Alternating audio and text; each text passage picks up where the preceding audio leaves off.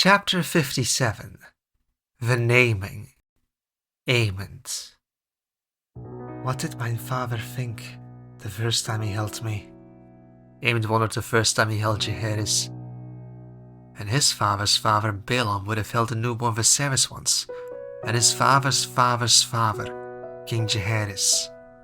Each of my forefathers must have held their sons as I am now. It had been a disquieting thought. Aemond could ask his king father what passed his mind, but he knew better. It was an answer better left unexamined. The birthing had dragged on. For each hour the babe wasn't delivered, the longer the night felt. The night genuinely seemed to crawl by, and every time he went to check, Hariel appeared to be in a worse state. It was getting dangerous. He was impatient for its end, but the longer it took, the more uncertain he was about the outcome. Would Hariel be alright? The babe? If something was wrong with the babe, it'd devastate her, but he and Hariel could try again. If she died though? Aemond never quite finished that line of thought. And then it was done. Hearing the strange sounds, Aemond had leapt up from the cushy armchair in Hagrid's apartment, put down the fourth cup of tea next to the untouched rock cakes, and gone to check, only to be met with a purple cloud raining feathers in the hallway. Hagrid stopped to try and clear out the fluffy mess, while Aemond went ahead through the doorless entryway, briefly noting the curtains were acting strange and a steaming bucket. But by now he'd seen other instances. What he hadn't seen before was Hariel cradling a crying baby boy. King Viserys, Prince Balon, King Jaehaerys, King Aenys, King Aegon. Each of my forefathers all had silver-haired sons though. Aemond's eyes trailed to the dark dusting the top of Jaehaerys' slightly lopsided head. After the pitying crying, Jaehaerys' dark hair was what Aemond noticed second. It was just as Hariel predicted, as Aemond wished to avoid. Then he took a note of the face, the wound by the navel where he'd been cut from his mother, and the hand closing around his finger, too small to grip all the way around. How truly miniature the newborn was, though the irritating midwife insisted he was average for a new babe. Average? What an inadequate description. Jaehaerys' different colored eyes said otherwise, though that trait was another his wife predicted too. How had she known? Hariel insisted she couldn't make heads or tails of divination, but what else was this but a perfect prediction? Aemond examined the boy as he was washed and wrapped up in a blanket, catching familiar features here and there. That nose seemed familiar. Was that his own mouth? Jaehaerys' face was a compilation of familiarity. Though against those who dared call him too foreign, Jaehaerys' sole purple eye was undeniable proof of his dragon blood. It would have to do, Aemond thought. And then he'd cast magic. Not an hour old, and the blanket adjusted in Aemond's arms, wrapping snugly around Jaehaerys, guided by magics. His magic. Now that was something. Maybe his forefathers hadn't held a dark-haired newborn son, but neither had they a Dragonlord wizard for a son, whose duality of blood was painted in his eyes. Aemond always knew he'd eventually be a father. It was his duty to sire trueborn children to strengthen his house and the realm. Though now that he was actually a father, Aemond found matters weren't as straightforward as he'd assumed they'd be. One thing was how the fragile little body and his wailing put him at odds. Aemond didn't know what to do with crying women, and babes might be even more baffling. At least Hariel seemed to know how to settle him. Still, his firstborn was a son, exactly what everyone wanted. But Aemond was less comfortable with the uncertainty it brought about. What if he grew up like Aegon? Like Daemon? And regardless of who Jaehaerys grew to be, how would the son be perceived? Even Aemond himself, an undisputed Targaryen prince with clear Valyrian features, who'd bonded to the dragon Vermivore, was so often dismissed by whispers that he was nothing but a hightower. Would his son also be dismissed as a potter to those who sought to alienate him? Ariel was defiant enough to handle herself, but how would their judgment affect his son? Aemond didn't know this babe, or how he'd fit into his life, but for certain Jaehaerys was more than a duty fulfilled. He was an accomplishment. It had been a complicated road before he and Ariel got him. Jaehaerys was going to be a fine dragon rider, a proper prince of his father's line, a wizard of his mother's blood. He was the future of the Point. Aemond would see to it. 7 days later, Aemond was getting ready for his son's naming in their apartment. The royal court still dwelt at the Point and Fangs, while his wife and son had a few days to recover from childbed too. Having a babe had changed his routine, but especially Ariel's. She was suited to be a mother. It was not unexpected, but mayhaps it was a bit more intense than he'd foreseen. Whilst brushing out knots from his hair, he listened to Ariel sing to the babe. She walked in circles around the room with Jaehaerys in her arms, smiling sweetly as she sang a lullaby. If he didn't try to catch the meanings, the tongue of witches sounded almost familiar. Yet when he focused on the words, it remained undistinguishable. Maester Erwin had taken it upon himself to learn some British. He already knew High Valyrian, Old Giscari, and a little bit of the Froggy on top of the common tongue, but he was tackling English as well. The Maester did have a talent for memorization. He had long been made to see that, so mayhaps it was to be expected of someone that rigidly bookish. What does the song mean? Aemond asked when it came to an end. In common. It wasn't long, and if he was to guess, she kept singing the same handful of lines over and over. Ariel thought it over. It is a bit difficult to translate the song, but it goes something akin to... She cleared her voice and tried adding the melody onto the translation. You are my sunshine, my singular sunshine. No, only sunshine. She corrected sheepish, and then continued where she left off. You make me merry when skies are grey. You'll never be aware, dear, how deep my love goes. Please do not cease my sunshine elsewhere. She trailed off, looking uncertain. Away. It's away, not elsewhere. That's it? It's not long, Ariel laughed. But it's the only one I remember all the lines to. A song of sunshine? That he is my sunshine, Ariel explained. Look at him. How can he not be? Light of my life. Aemond pursed his lips. How much sunshine does he bring whilst keeping you up through the night for feedings? Fine, I'm his lapdog and he's my master. I only strive to fulfill his every command. What's the difference? Aemond chuckled. It's not the feedings. Not only the feedings, Ariel explained. It's the sleep. James doesn't want to sleep unless I'm with him. Not for longer than brief naps before he awakes again. He needs to rest properly, which he only seems to do when he's held. I think the motion soothes him. Or the contact? I don't know, but either way James can sleep far longer when he's held, and if I put him down he wakes again. This is why you should try... I don't need a wet nurse, Ariel said. The aid will do you both good, Aemond said with finality. Childcare was the duty of the mother, and Aemond was out of his depth regarding a matter he'd never been taught a single thing about. However, as it regarded his own child now, it wasn't something he could ignore when Ariel had such different notions of how to raise him. From what he could tell, she seemed an attentive mother, but at the cost of becoming a neglectful lady of the Point. He would reassign her duties while she recovered, but this couldn't keep going forever. Something would go wrong.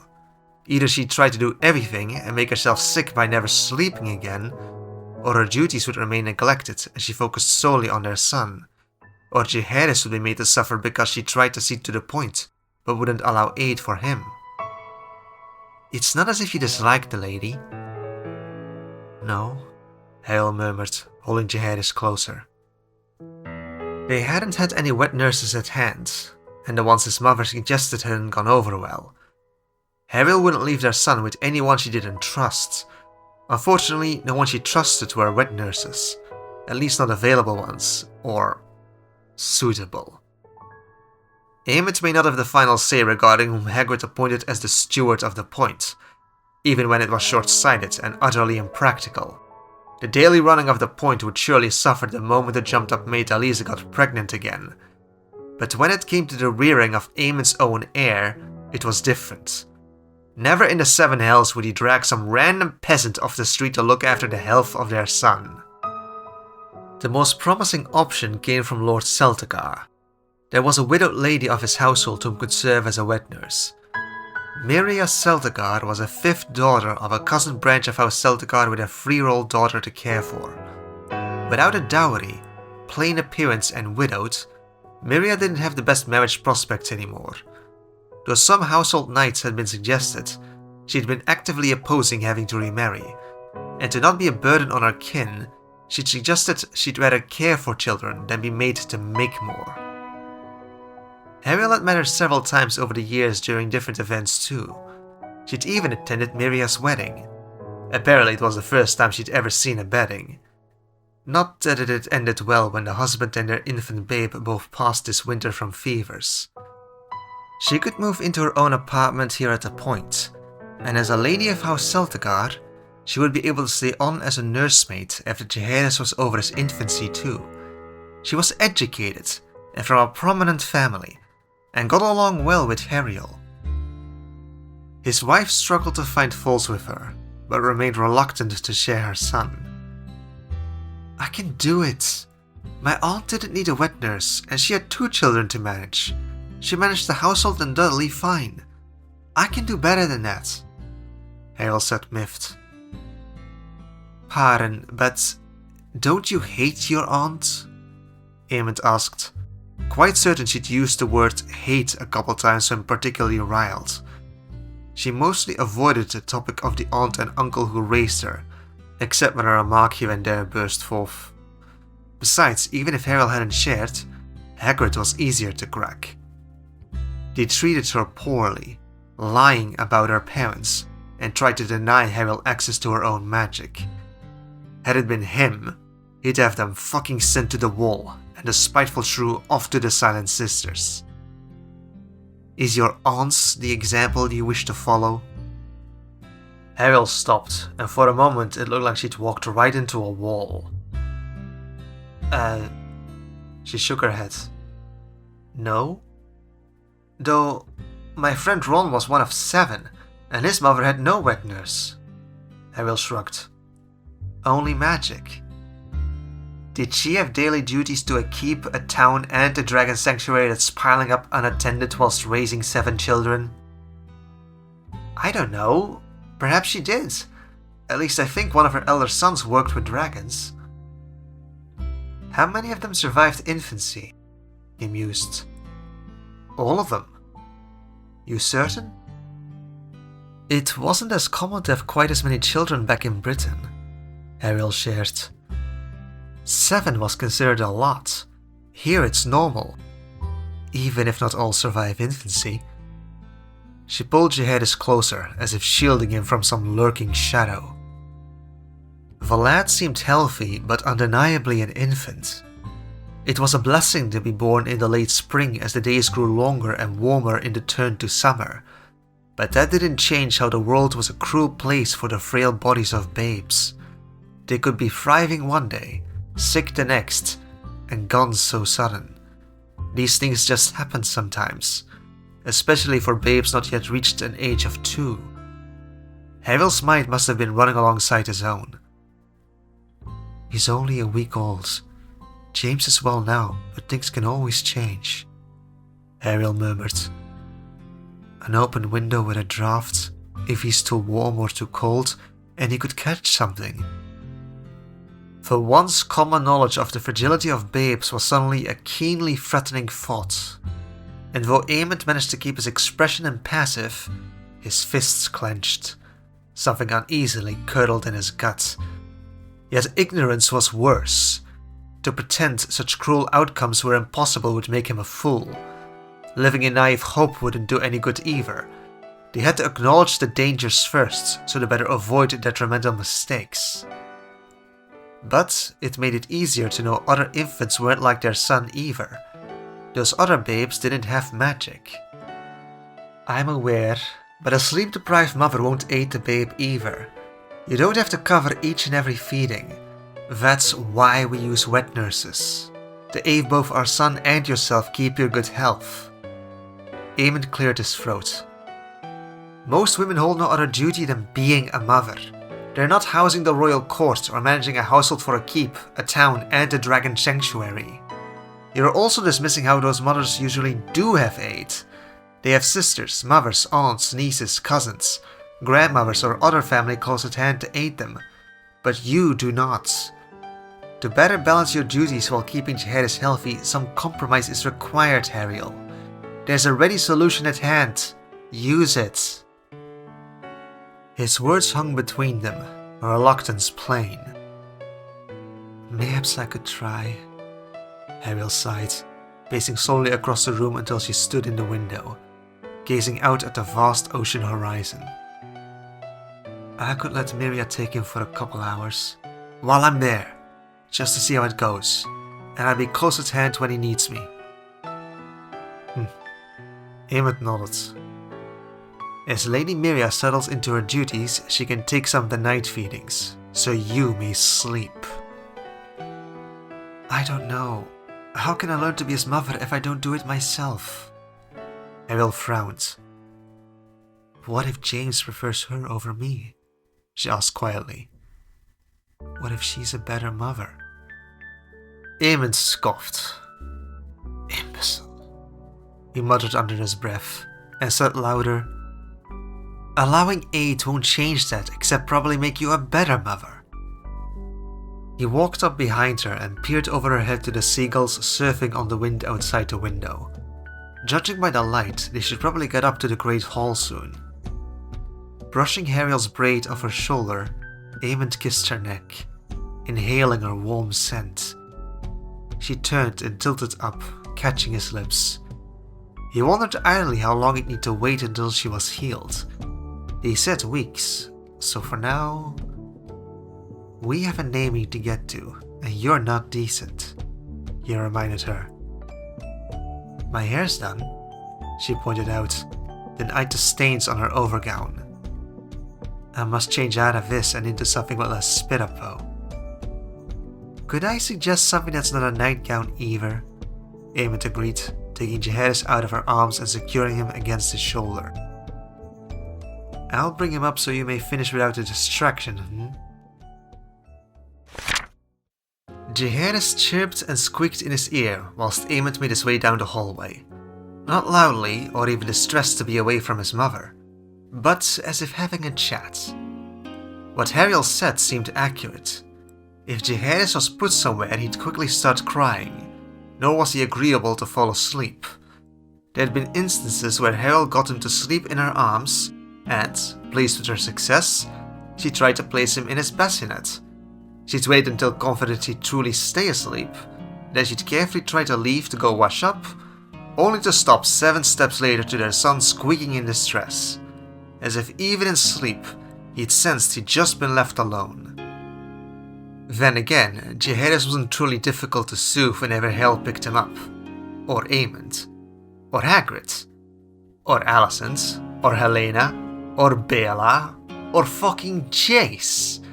It seemingly didn't make much of a difference for his son. Jaehaerys settled easily enough, granted his base needs were met and he had someone's attention. For now, Jaehaerys remained content on his arm on the way up the stairs, cooing and looking about in every direction. He was doing a strange thing with his legs, and so he adjusted Jaehaerys into a cradle hold. The lad's gaze trailed around, mouth gaping and brows lifting, as if seeing him was the most shocking thing to ever befall him. With only a week's worth of life experience, mayhaps it was. "Does your father's face warrant this level of startlement?" he asked the babe. "Wait until you gaze into a mirror then. You're all me from the nose down, lad." The gaping turned up at the corners, looking almost akin to a smile. Toothless and a bit awkward, but a smile nonetheless. Aemond chuckled. The stairs climbed upwards in a spiral until he neared the top, where a bent figure loomed in the middle of the fang-shaped staircase landing. It was Larys Strong, leaning on his cane within the gaping dragon maw opening. He peered from the top landing and down the staircases where they disappeared into the belly of the dragon. He must have heard their footsteps, because he watched as Aemond and Jaehaerys came up. "Prince Aemond," Larys smiled pleasantly. "Bringing your son to the naming?" "I am," Aemond said. "You're on your way down?" "No, I will head for the Great Hall as well. Besides, if I was to go down, it wouldn't be by this path." Larys chuckled. "For the likes of me, the elevator certainly is convenient." He reached up to touch the underside of one of the jagged fangs. "I merely came to admire the handiwork." "It is unlike anywhere else," Aemond agreed, impatient. Larys nodded. "Port Point, your knighthood, your newborn heir. Such prosperity makes tongues waggle." Aemond smirked, as if he wasn't aware. "May I see Prince Jaehaerys?" Larys asked, leaning over his cane. Aemond hesitated, but angled his arms so the babe was more visible.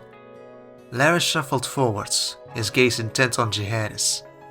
Aemond adjusted his son's blanket, but the boy caught his finger, clutching to it as best as his tiny hand could. "A healthy boy. The gods favor you, Prince Aemond." Aemond agreed, while Jaehaerys sucked on the index, mistaking the finger for a nipple, though a disappointing little milk to be drawn. Now how was Aemond supposed to fix that? Should he remove his hand? But what if being denied set off his wailing? There seemed only one reasonable solution, and so Aemond allowed Jaehaerys to keep failing at eating his finger.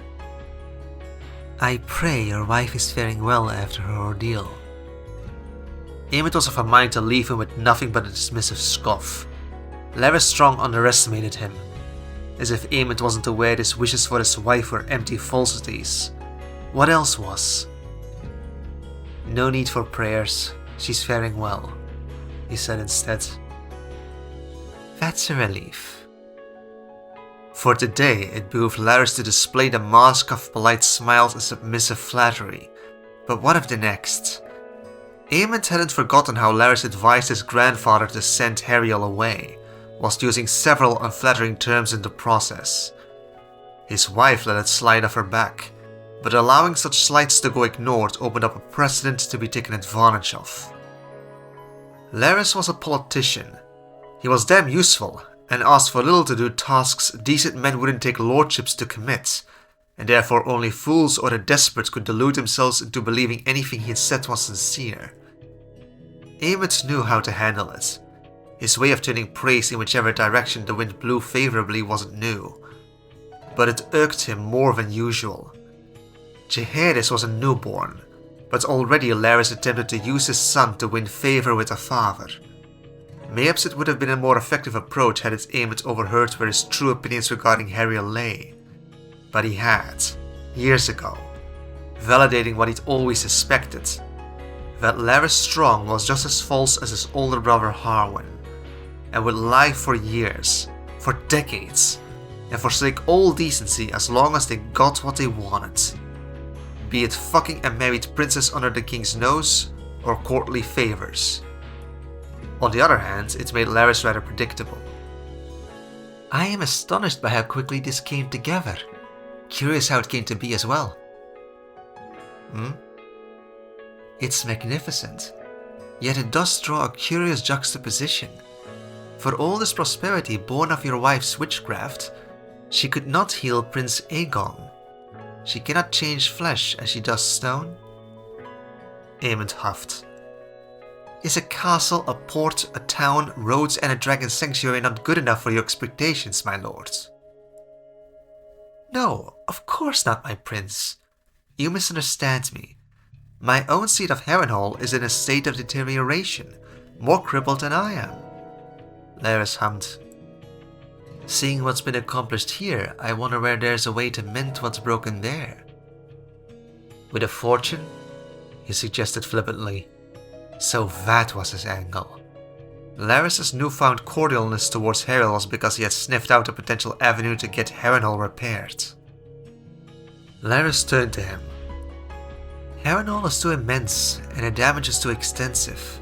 How strong could not afford the repairs, or it have been done already? Sam, Aemond shrugged. He'd assumed something akin to this would happen, to receive requests from lords hoping some of this magic could be used to aid their prosperity along too. Aemond should have expected it to be the lord with the draftiest castle that'd see the potential first. Hagrid could mend Harrenhal grander than any army of builders could accomplish, and several times faster too. It's the potency of the magic within his blood. The magic within my son's blood. Do you presume that has a lesser worth than doing it normally, Lord Strong? Are you fishing for a bargain, expecting a lower cost for access to an ability others cannot replicate? No, such isn't what I meant to insinuate, Lord Larys said, gaze flickering down at the babe. I think it prudent of you to know the worth of your wife's abilities, of that which will surely grow within your son too. Don't bore me with your double speech. It won't work. If your counsel was heeded, my wife would have been sent away years ago. My prince. Larys curled in on himself. Was the truth uncomfortable to hear? Did it displease him to be reminded of his own poor choices? If he couldn't handle being faced with his own actions, perhaps he'd do better not to commit them in the first place. It's not as if Aemond would spare him. It was a different time, he said softly. Oh, what was this?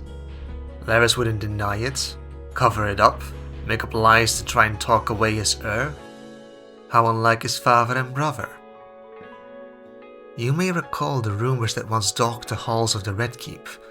The courtiers weren't always as comfortable regarding their magic then as after you married Lady Harrenhal. Most worries have since been put to rest, but it's easier to preach wisdom in hindsight. For a time, even the best intended may have ended up liable to share misconceptions. It is regrettable. As pathetic as Larys looked, at least his wits weren't gone. It's in the past, Aemond said, dubious. I was not the only courtier to initially hold doubts regarding Lady Harrenhal and Lord Rubeus, which has since been swayed. I was skeptical, doubtful, but neither did I know them. They were on Dragonstone, close with the Princess Rhaenyra, and... He adjusted his hold on the cane, shuffling closer to one of the fang-shaped rocks of their entrance. Things have changed. Lady Harrenhal just provided an heir, and it'll be long yet before tales of the Point's prosperity dwindles. Aemond considered it. Not for an instant was he played by the mummery. Larys was still scheming for advantage. But Aemond had places to be that didn't involve his nephew's crippled uncle. Then you won't be speaking with two tongues anymore. One for my ears to hear, repeating honeyed praises, whilst the other whispers behind closed doors, cautioning licentious behavior and queer magics. Aemond arched a brow. Let him believe it. Let him think he had a way to suck up. As if Aemond would ever grant favors to someone who deigned to call the magic flowing through his son's blood queer and his mother's lineage licentious. Larys was a frail lickspittle from a house of traitors, too occupied spying on gossiping courtiers and whispers of the masses that he didn't comprehend the slightest bit about magics. Of course, Prince Aemond. He left Larys in the stair entryway, and with his son on his arm, the naming could finally proceed. The great hall was lively with a rustle of chattering guests. The doors and windows to the courtyard were opened wide, enlarging the space and encouraging everyone to move between the outdoors and inside as they pleased. As it was a special day, anyone who wished Prince Jaehaerys a thriving future were welcome to share of their table. Anyone. From small folk to nobles. And it seemed word had gotten around Port Point. Even some builders and townsfolk had made the trek from the town. Since it was a naming, it had been poor form to turn them away. So they were given seats at the back of the hall or outside, where they were keeping a merry atmosphere with the staff at the point and the fangs. "There is a lad of the hour," Aegon drawled. "Arriving last." Aemond ignored his brother and went to the king, queen and his grandfather so they may greet Jaehaerys. It was a hustle of activity as kin and guests were encouraged to greet him, and eventually Jaehaerys moved out of Aemond's arms and into Alicent's, who made an appropriate amount of fuss. He got passed on to Hagrid next, who showed him off with exuberant energy to Daemon, Rhaenyra, Helena and Jace, before his son somehow ended up with Baela. Aemond kept an eye on it, but Baela continued the greetings, bringing Jaehaerys to where Lord Caswell was seated, then Lord Tyland, the Wild, and then... "What are you doing?" Aemond asked, cutting her off as she was about to bring the boy across to the lower tables. "They came for the naming and should meet James. He's their future lord," Baela explained, pretending to be helpful in the same breath she was both presumptuous and rude. Aemond wasn't pleased by how many of the staff had picked up on Haryl's nickname for their son, and he hadn't expected anything from his cousin but to go with whatever option annoyed him most. But today too? Could Baela not address his son with his full name on Jaehaerys' name day? "They should get to know James and bless him on his naming," she said. "This is why you've welcomed them, not merely so they can eat and drink your storages dry, right?" Aemond allowed it, though he made eye contact with Sir Criston and nodded for him to stay close when the crowd gathered around Baela. The majority were staff from the point, in either Aemond's service or to Hagrid, while several were small folk he'd met during construction of either the town or castle point.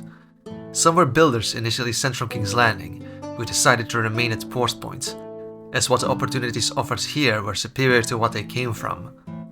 However, quite a few were unknown faces too.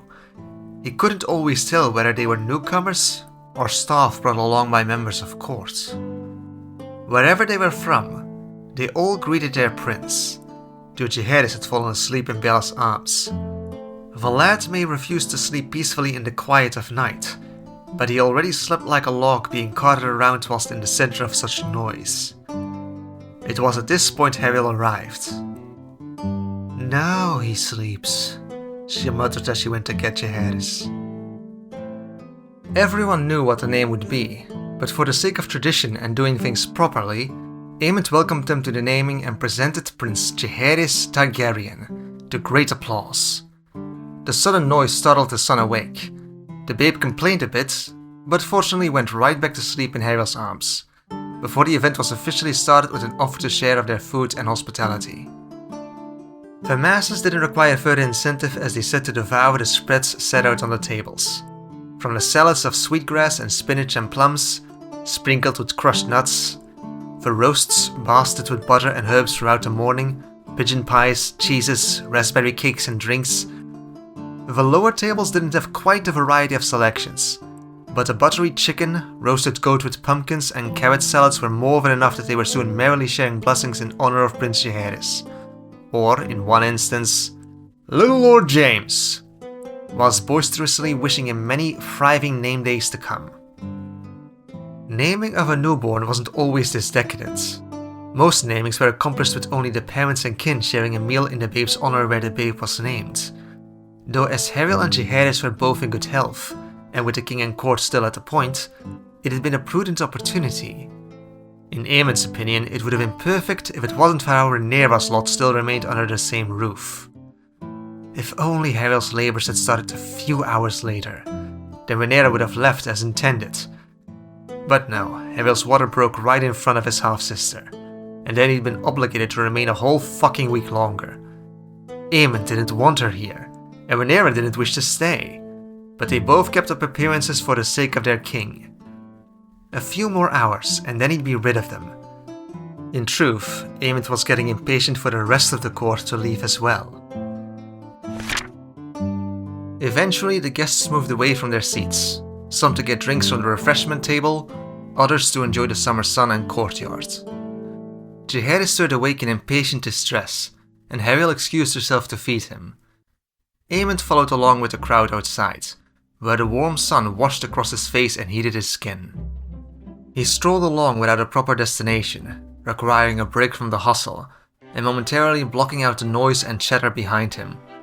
The vultures had their uses, and all this was an unfortunate necessity, but undoubtedly they were wearisome. It couldn't be much longer before they left, could it? Someone waved to him, and Aemond looked over to where Aegon sat off to the side on a garden bench. He pretended he hadn't seen it, but then... "Oi, brother!" That did not have to be him precisely. Aemond! Could he get away with feigning temporary deafness? Twat! Sighing, Aemond relented. "What's so urgent, Aegon?" he asked, folding his arms behind his back and stopping just before the bench. With a carefully blank face, Aegon leaned forwards and pointed. Aemond followed the indicated direction, but couldn't tell what he was supposed to see. Jasper Wilde bit into a piece of cake, and raspberry cream dripped onto his tunic. Sir Tyland gestured something to Rhaenyra, just as Sir Harold passed by. Unable to see anything out of the ordinary, Aemond turned back, where Aegon looked expectant. "Pull my finger." His shoulders slumped. "No." "Come on, tug it." "Why would I?" "To not be such a stuck-up dweeb." "Don't be a child." "I'm your elder, you must." "Go break your wind on your wife." "Ew, is that what you do?" "You're so..." Aemond halted, only then noticing the person who'd snuck up behind him unawares, and likely overheard all of his bullshit. "Uncles?" Jace acknowledged with a nod of the head, pretending he hadn't just been snickering into his hand. "I've been meaning to say congratulations on your son's naming, Aemond. And please James is doing well, and Harry looks in good health too."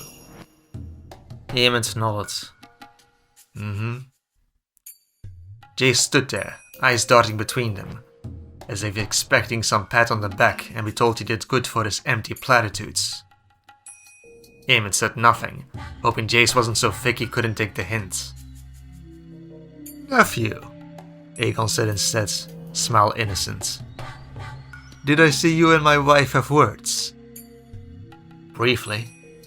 Jace glanced towards a gaggle of ladies, though Bella wasn't amongst them. "She seems occupied." Does she?" Aegon arched a brow. "Her father wanted a word with her too, but she seems caught up in the celebrations around James. We've hardly seen her." "Bella's never too busy when I'm looking for her." "How nice," Jace said, lips pressed together.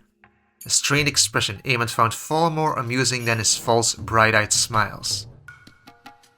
"It's fortunate you've been blessed with a reliable wife to lean on."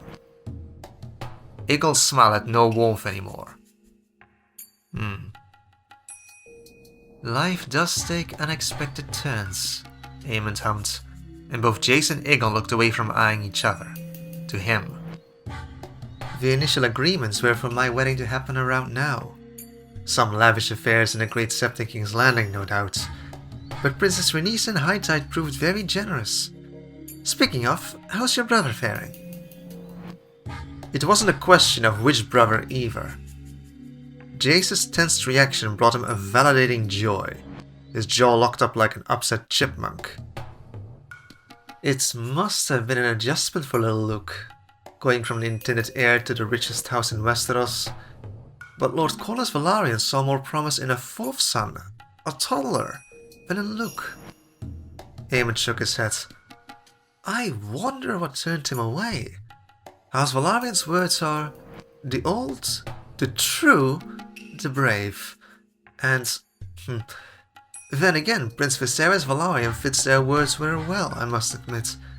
Tell me, does your brother still look as much like Sir Leonard as I recall? Jace fit none of the words. This was no Velaryon, neither inside nor out. Not only did he look the double of Harwin strong, but where was the true in this usurper? Where was the brave in this craven who kept hiding behind lies and his mother's treasons? Aegon snickered behind his hands, not even able to hide the sound of his glee. Jace had turned so rigid, if someone was merely walking by, they may expect it was because the bastard was in imminent need of access to the privy. No? And no suggestions, Aemon said into the silence. No strong notions of the reasons why? What? Jace whispered. What's the matter? Aemon smirked, his heart speeding up, his fingers itching at the ready. Did it hurt his pride to be made aware of their failure? To be reminded of how people were neither lackwits nor blind? Is it Luke? I do pray the lad remains strong, despite the disappointment. I dare you to say that again. Aemon? He ignored the call of his name. He could tell Jace was about to crumble, and to look away now was to leave himself open to the attack. You don't think him strong? A hand wrapped around his wrist. Didn't you hear me? Ariel asked. Can you hold James? She didn't wait before loading his arms with her son. Oh fuck. She'd heard. So what? Just because the king said the green grass was actually now the color purple, that didn't mean Aemond had to lie to himself into believing it true when it wasn't. Yet Aemond was somehow at fault for not being a sheep. Jace was somehow the wronged one for having skin as fragile as dry parchment. It was on Aemond that the bastard was unable to hear hints of the truth of his own parentage. Their mother could call them into a delusion, but Aemond owed them no such thing. None had ever bothered so for him, least of all Jace. Where are you going? Aemond asked, gingerly holding the babe to his chest. Didn't she see how angry Jacaerys was? And she still thought it safe to put their newborn in the middle. Nowhere far, Ariel said meaningfully. Though Jace had turned on his heel and marched smoothly off. Asserting the situation, Ariel nodded, then turned to walk back to Lady Gracewild again, leaving Aemond to keep the baby content. No, wait, there were two babies. Aegon kept breaking into giggles. Aemond rolled his eyes and sat down next to him, mindful as he placed Jaehaerys in his lap. Somehow I haven't held James yet, his brother declared. Did he say James? How come everyone except him kept saying James, even at his son's own naming? It's almost as if that's not a coincidence. Get off it, I will take my turn now. Aegon smiled wildly. I need to get to know my favorite nephew, don't I? You... Aemond evaluated, but Aegon took liberties without waiting for permission. Support the head, Aegon, he's... I felt babes before, Aegon dismissed and lifted the babe into his arms. I only dropped a couple. Aemond's hand jerked, but Aegon's laugh said it all. He redirected, pretending to reach for his other elbow to scratch it. His brother was just... being himself. Aegon took a moment, scrutinizing Jaehaerys. The poor sod. Haggard's right. James did end up stuck with your sour frown. He chuckled and started talking to the babe. Who's your favorite uncle? Little James? Is it Uncle Aegon? Is it Uncle Aegon? Verre be thereon, Aemond muttered. Aegon looked sharply over. Does my ears deceive me, or did you speak a pun? He gaped in exaggerated shock. That's never happened before. It literally happened moments ago, Aegon. Aemond shook his head. Surely you didn't fail to notice why I used a strong definition. Aegon shrugged. Ah, there's the brother I know. Always taking the joy out of the jest. Lighten up. He took a deep breath and let it out through his nose, allowing the irritation to roll off him with practiced tolerance. If he tried to make a jest, he was teased. If he didn't make the jest, he was teased. If he breathed, Aegon would find something to mock regarding that too. Aemon stayed put, waiting for Aegon to grow bored tending to a babe. Though admittedly, his brother seemed to be in a better mood than usual, and showed more interest than he'd expected. Aegon's easy smile faltered at something behind Aemond. He followed his eyeline to where Bela was crossing the yard towards him with a goblet in hand, and her father following in her wake. Without a word, Aegon handed over Jaehaerys. He adjusted the boy against his shoulder, patting his back to soothe Jaehaerys' wiggling when the two reached their bench. Your tune seems quite differently than last I visited, Daemon said to his daughter quickly. Things can change in a couple years, father, Bella said dismissive, and stopped right in front of her husband. Aegon, I brought you a drink. Perplexed, Aegon took the drink and took a sip. Cider?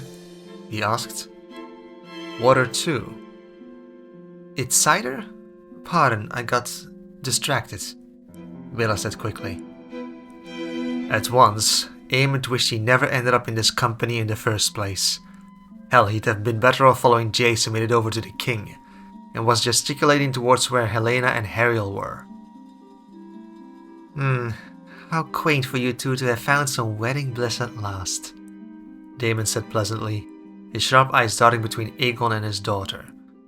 The only hint of annoyance was how his fingers kept tapping against his thigh, right next to where Dark's sister was trapped. Aemond eyed the blade. How the fuck could Daemon think it appropriate to attend his son's naming aunt? And here I worried there'd be contentions over how Aegon's bastards and his lovers are in attendance to a royal naming. I hear one of them is a whore, Daemon mused. I do commend your forgiving spirit and big heart, Bela.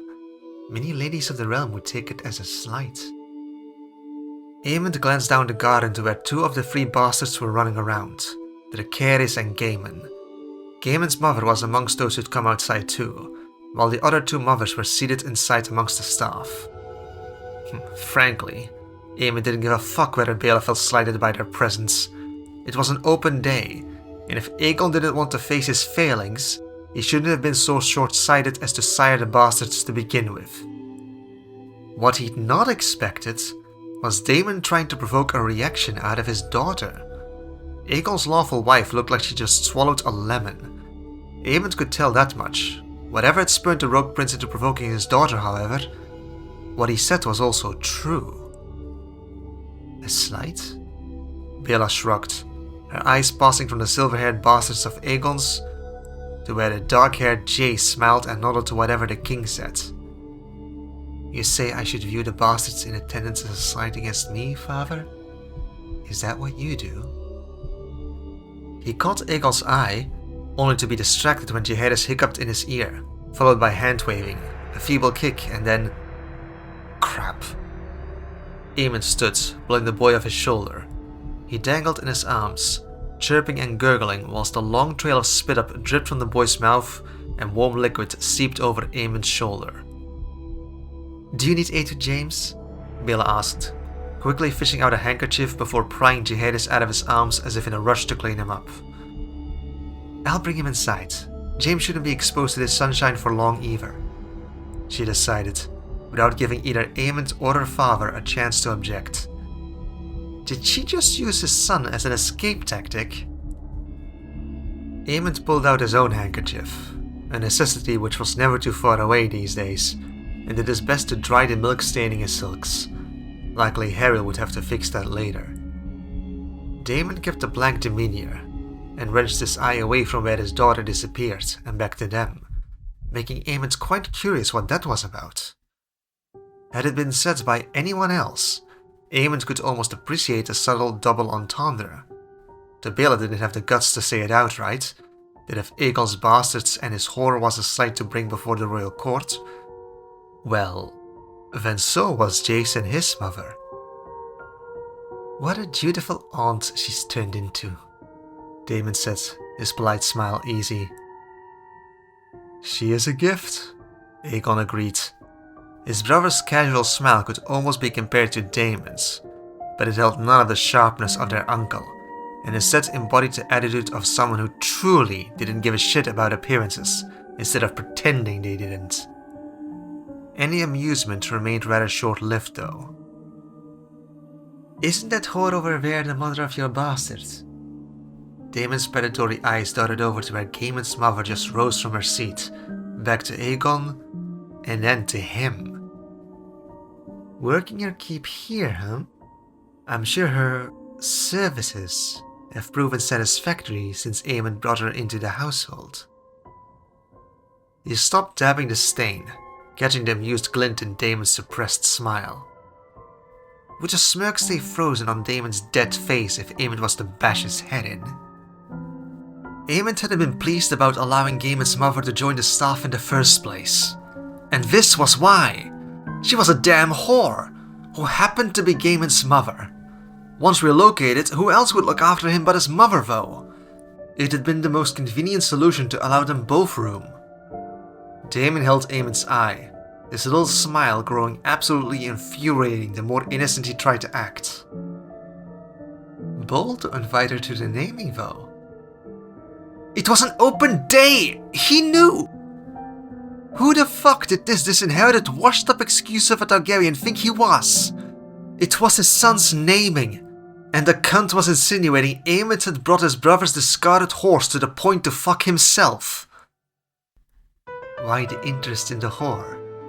Aemon asked quietly, returning Daemon's smirk. You should bring it up with Hagrid, as they're part of his household. But can it wait until after my son's naming? This isn't the proper setting to arrange for your next bed warmer, Daemon. There was a beat of silence, only broken by Daemon's low, taunting giggles. Aemon swallowed bile as the fucking chuckle slid like ice through his veins. He looked about for his valet, needing Daemon's mother set to duties at the other side of the point and out of sight before Daemon saw fit to start rumors. Now boy, can't you take a jest? Daemon's brow arched. This is a celebratory affair in honor of your little dark-haired heir, isn't it? It was a joke, wide open. He'd had enough jokes for a lifetime. If Daemon wanted a funny punchline, have a proper laughingstock to point to as they made a mockery of their kin, he could look at his wife. Daemon shook his head. Ah, my mistake. It seems you got your grandsire's sense of humor. A highflower through and through, aren't you? His hand fisted around air, knuckles whitening. If only they could wrap around the sword hilts. And yet the king was just inside. There was no crime nor offense Daemon wouldn't be pardoned of. Always the king's favorite. Always excused. Always forgiven. He could kill his wife and heir to Runestone, and the king would blame the sheep. He could kill Sir Laenor and heir to Driftmark, and the king would say it was but poor fortune his daughter's husband walked into a knife. He could probably start burning the realm, and the king would make excuses about dry weather. Aemon could only hope that Daemon would try to kill his current wife next. He had a habit with ridding himself of heirs in the way of what he sought, but his uncle's murder pattern had never been in their favor. No. Daemon looked down at Aemon as if sniffing around to new prey. Aegon's laugh broke the tension, so airy and infuriating, and Aemon's gut dropped like a stone. Not now. Though for once, Aegon's smarmy smile wasn't aimed at him, but her uncle. Seven hells! This prosperity at the point must grate at you. That was not subtle, Daemon. As my little brother is too proper, allow me to join in on the pissing match. Did I say something? Daemon said loftily. Aegon pointed at Aemon flippantly. That Hightower has a dragon bigger than your Targaryen ass managed. That Hightower also managed to get a male heir on his first try. Oh, and as you've got such an interest in whom I've been betting... Aegon pointed to himself. This Hightower fucked your Valyrian daughter last night. Daemon's expression twisted in disgust, more effective than anything Aemond had seen anyone get to Daemon, ever. Was that too crass? Aegon tilted his head. Let me rephrase in the tongue of dignified courtiers. We were consummating. Like you must have managed at least once with your errand wife to get the latest little princess. Though I'm sure you'll become a proud grandsire of little Hightowers in time. Good father. Seems chances are high they'll be as silver-haired as my bastards. But, you know, trueborn.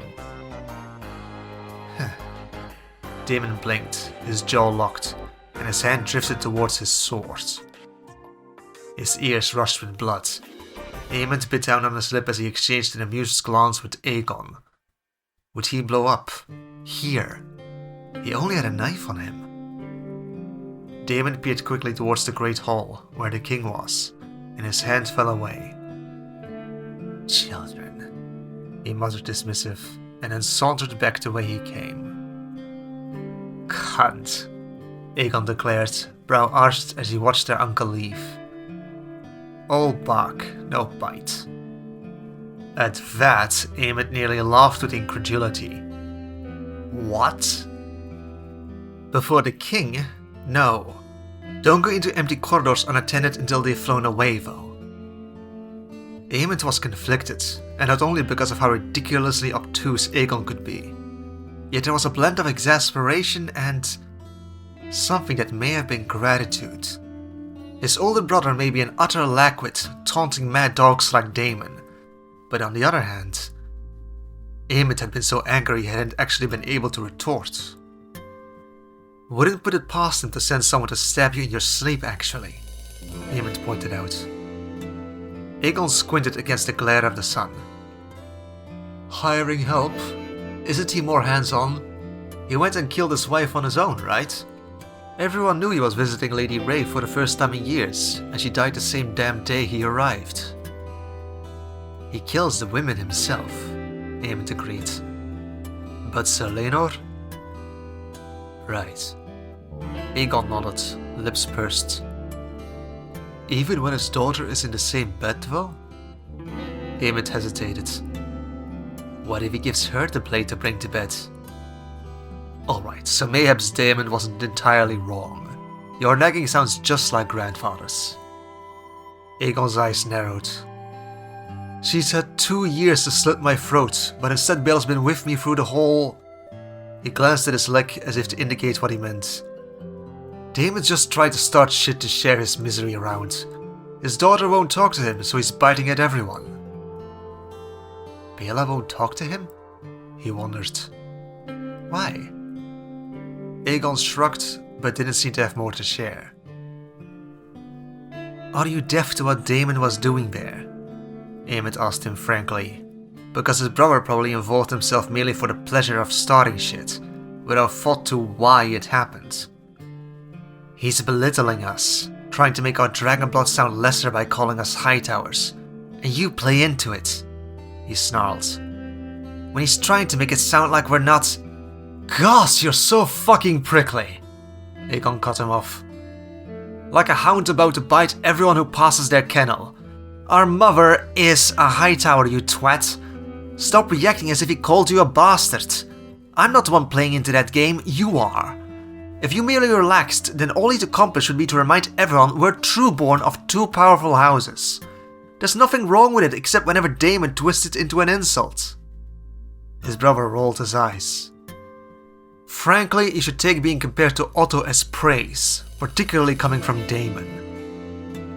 I would if it came from Mother, but Daemon hates Otto, Aemond pointed out.